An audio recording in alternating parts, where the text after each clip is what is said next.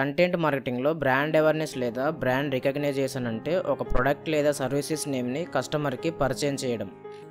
ఇలా చేయడం ద్వారా మన సర్వీసెస్కి మన ప్రోడక్ట్కి కస్టమర్స్ అనేది ఇంట్రెస్ట్ని చూపిస్తారు.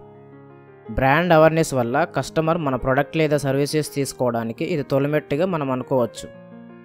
అలాగే మన బ్రాండ్ అవేర్నెస్ వల్ల కస్టమర్కి మన బ్రాండ్కి మధ్య రిలేషన్షిప్ అనేది బిల్ట్ అవుతుంది.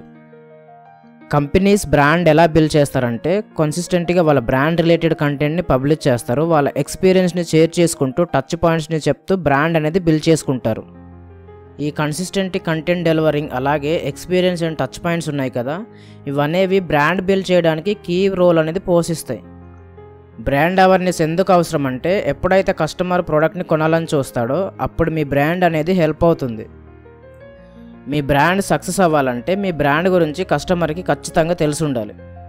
బ్రాండ్ అవేర్నెస్ వల్ల మీ బ్రాండ్కి నమ్మకం అనేది బిల్డ్ అవుతుంది.